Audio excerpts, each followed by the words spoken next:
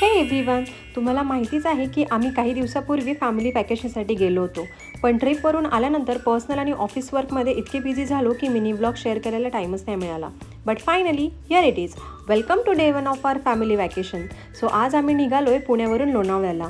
But त्याआधी आम्ही एका लोकल शॉपमध्ये गेलो आणि थोडी शॉपिंग केली आणि त्यानंतर छान ब्रेकफास्ट आणि मग आमची रोड ट्रिप सुरू केली.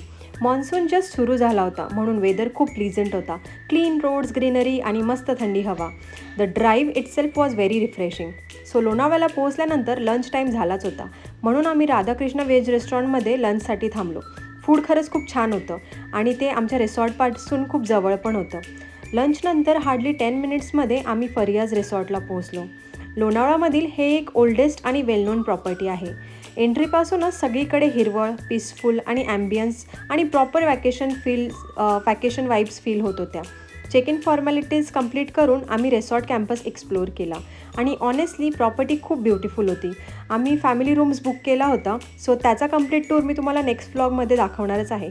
सोबतच डे 1मध्ये आम्ही काय काय ॲक्टिव्हिटीज केल्या ते सुद्धा तुम्हाला नेक्स्ट व्लॉगमध्ये दाखवते. So stay tune and don't forget to like, share and subscribe. भेटूया पुढच्या व्लॉगमध्ये. Bye bye.